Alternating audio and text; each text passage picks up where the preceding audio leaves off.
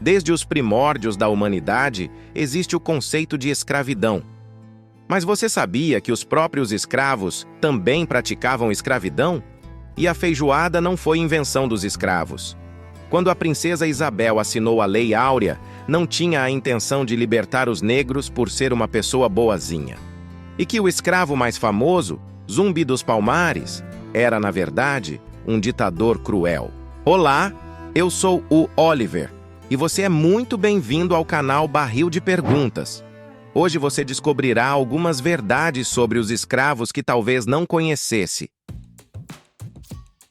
O tráfico de escravos e a escravidão fazem parte da história do Brasil e do mundo. O domínio que um ser humano tem sobre o outro é chamado de escravidão. A formação de nossa sociedade também envolveu os escravos, mas nem todas as sociedades viam o escravo como mercadoria. Na antiguidade, os escravos espartanos não podiam ser vendidos, trocados ou comprados, pois eram propriedade do Estado.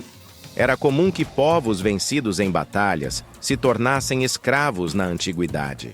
A ideia de obter riqueza através do trabalho em condições de escravidão era comum entre os nobres. Atualmente, embora a escravidão tenha sido abolida em grande parte do mundo, ainda persiste legalmente no Sudão e ilegalmente em muitos países, incluindo o Brasil.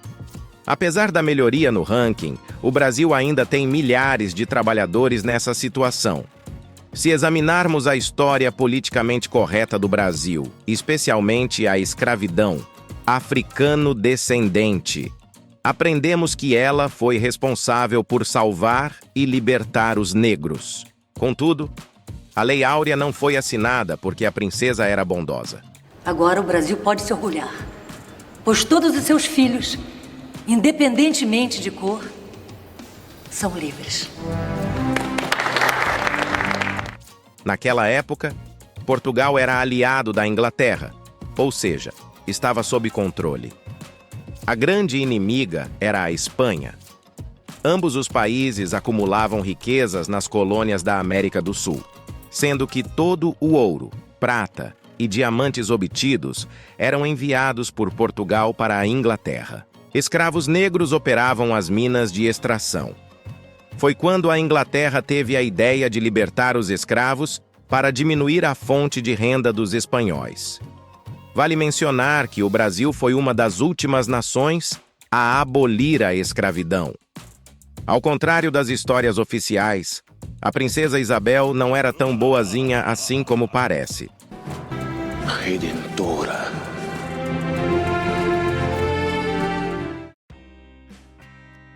Alguns afirmam categoricamente que a feijoada foi inventada pelos escravos, feita a partir das sobras de carne que os senhores feudais não consumiam.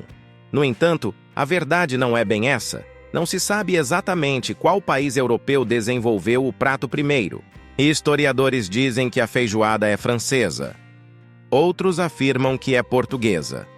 A receita original era feita com feijão branco e uma mistura de legumes e carnes de diversos tipos. Na realidade, rabo, orelha e pé de porco não eram considerados restos, pois eram muito apreciados na Europa. Os senhores feudais não descartavam as sobras de carne para os escravos, pois eles aproveitavam tudo. Os escravos adaptaram o prato ao adicionar feijão preto e aprender a cozinhar comidas típicas portuguesas. Provavelmente você já ouviu falar do famoso Quilombo dos Palmares, liderado por Zumbi dos Palmares. O líder escravo ficou conhecido por formar o maior e mais temido quilombo da história, reunindo negros escravos que buscavam paz e liberdade. Os quilombos eram aldeias formadas por negros que fugiram de seus senhores feudais. Alguns eram pacíficos, visando criar um lugar tranquilo para os escravos fugitivos. Outros tinham objetivos mais agressivos, saqueando e atacando os proprietários de terras. A verdade é que Zumbi assumiu o comando dos Palmares após matar Ganga Zumba, líder do quilombo, que, acredite se quiser, era seu próprio tio. E depois disso, ele se tornou o rei do lugar. A realidade sobre Zumbi dos Palmares era completamente diferente do que eu imaginava. Zumbi era um líder cruel, sem nada de democrático em seu comportamento. Ele tinha seus próprios escravos, e quem discordasse dele era punido com crueldade. Se os escravos chegavam por conta própria aos quilombos, eram considerados livres, mas se tivessem sido sequestrados, eram vendidos pelos quilombos. Para entender a participação dos negros na Guerra do Paraguai, primeiro vamos entender por que o Brasil entrou em guerra com esse país vizinho. O presidente do Paraguai na época era uma espécie de ditador excêntrico e, por algum motivo, quis lutar contra o Brasil, seu país vizinho mais desenvolvido. Dizem que a Guerra do Paraguai ocorreu porque a Inglaterra pressionou o Brasil e a Argentina a entrar no país. Além disso, afirmam que 70% da população paraguaia morreu. A verdade é que o Brasil não tinha exército e entrou na guerra para se defender do ditador paraguaio. Agora, algumas verdades. O centro do exército brasileiro era formado por escravos.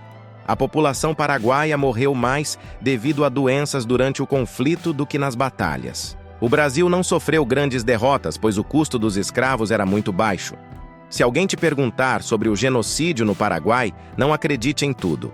A verdade é que os escravos foram os únicos a lutar na batalha, e poucas pessoas morreram, ao contrário do que dizem nos livros de história.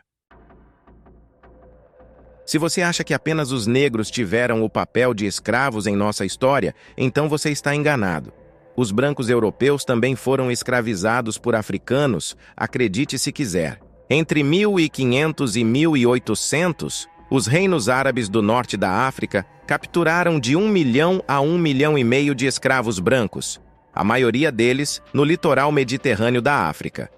Muitas tribos tinham reis poderosos, e da mesma forma que tinham escravos negros, também escravizavam os brancos conquistados. Algumas pessoas culpam os europeus pela escravidão, por enviar escravos em navios negreiros para as colônias, mas os africanos foram responsáveis por essa atitude.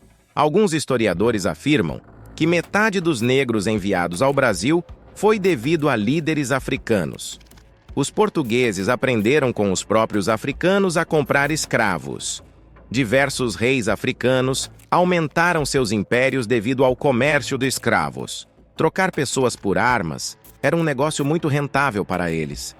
Então não esqueçamos que a escravidão é um verdadeiro crime contra a humanidade. E é isso, pessoal. Se você gostou do nosso vídeo, dê um like, compartilhe com seus amigos e não se esqueça de se inscrever no nosso canal. E principalmente, deixe suas sugestões nos comentários para outras curiosidades e histórias que talvez você queira ver aqui. Um grande abraço para você e até a próxima!